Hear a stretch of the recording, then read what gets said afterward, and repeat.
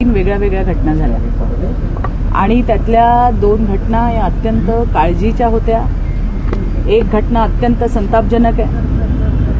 मुलींबरोबर शाळेमध्ये जी जाणारी मुलगी होती तिचा जो विनयभंग त्या ठिकाणी झाला, त्या संदर्भामध्ये मी पोलिसांकडनं माहिती घेतली. बस शाळेची होती का? कारण प्रत्येक ठिकाणी राज्य सरकारकडनं त्या ठिकाणी स्कूल बसेस कशा असाव्या याच्याबद्दलची नियमावली देण्यात आलेली, परिपत्रक काढलेलं आहे आणि त्याचं पालन होणं हे अत्यंत गरजेचं आहे. माहिती अशी मिळाली की काही पालकांनी एकत्र येऊन एक बस हायर केली होती आणि ती बस त्या मुलींना नेत आणि आणत होती आणि त्याच्यामधल्या त्या हरामखोर ड्रायव्हरने एका मुलीचा त्या ठिकाणी विनयभंग केला. पोलिसांनी अर्थात काही तासांमध्ये त्याला अटक केलेली आहे. या घटनांची पुनरावृत्ती पुन्हा होऊ नये यासाठी खरं तर लोकसहभागामधून एखादी मुवमेंट या ठिकाणी चालू व्हायला पाहिजे अशी मी विनंती नगराध्यक्ष रुचिताताई आहेत त्यांच्याकडे मी केलेली आहे. कारण ही दुसऱ्यांदा झालेली घटना आहे. या घटना अत्यंत संवेदनशील आहे आणि म्हणून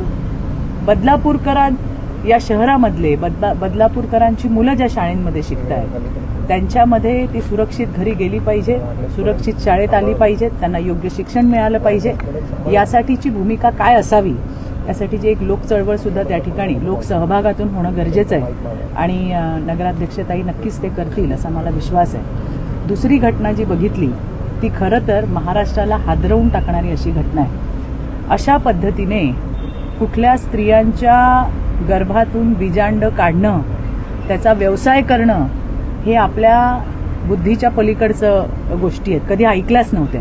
त्यामुळे बदलापूरच्या पोलिसांचं मी या ठिकाणी कौतुक करीन, अभिनंदन करीन की त्यांना एक कुठली तरी काहीतरी सुराग लागला असेल आणि त्यातून ते हळू आजपर्यंत 5 आरोपी त्यांनी अटक केलेले आहेत. अजून काम थांबलेलं नाही आहे. पोलिसांचं म्हणणं आहे की आम्ही अजून याच्यामध्ये काम करतोय, अजून आम्हाला जी काही आम्हाला माहिती मिळते त्या अनुषंगाने आम्ही अजून काम करतोय. त्यामुळे मला माहित नाही की येणाऱ्या दिवसामध्ये अशा पद्धतीने किती महिलांना, आता या महिला कोण आहेत? या गरीब महिला आहेत, या गरजू महिला आहेत. त्यांच्या गरिबीचा गैरफायदा घेत त्यांच्या शरीराचं बाजारीकरण करण्यात आलंय आणि ही अत्यंत भयानक हादरवून टाकणारी घटना आहे. आज ज्या वेळेला मला वाटतं एक 6-7 दिवसांपूर्वी ही बातमी जेव्हा पहिल्यांदा आली आणि बेकायदा बिजांडांची विक्री हे जेव्हा हेडिंग आम्ही वाचलं त्याच वेळेला म्हटलं हे काय आहे? क्राईमचं स्वरूप कसं बदलत चाललंय बघा, ज्याचा आपण कधी विचारही केला नाही त्या घटना आज त्या ठिकाणी घडतायत. आणि म्हणून मला असं वाटतंय की हे प्रकरण जे आहे ते फक्त बदलापूर, ठाणे, उल्हासनगर इथपर्यंत मर्यादित नसावं. किंबहुना मी हे म्हणेन हे महाराष्ट्रापुरतीही मर्यादित नसावं. हे अशा पद्धतीचा ही काय बेकायदा बिजांड विक्रीचं जे काही काम चाललेलं आहे हे देशभरात चाललेलं असावं याची शक्यता नाकारता येत नाही.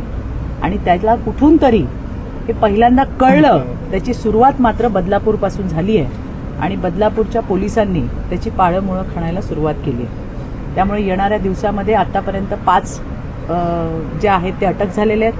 बाकी पोलिसांचा तपास चालू आहे. आपणही काही फार त्यांना विचारू नये आणि त्यांनी आम्हाला काही सांगितलं पाहिजे सगळं अशी आमची अपेक्षाही नाहीये. फक्त हे जे काही या ठिकाणी चाललेलं आहे याला मुळासकट उपटून फेकणं ही मात्र काळाची गरज आहे आणि ते निश्चितपणे महाराष्ट्राचे पोलीस, ठाण्याचे पोलीस, बदलापूरचे पोलीस करतील, मुंबईचे पोलीसही करतील याचा मला पूर्ण विश्वास आहे. अल्पावधीतच लोकप्रिय झालेला भारताचा बुलंद आवाज आपला Bharat channel subscribe, share, like आणि कमेंट्स करायला विसरू नका.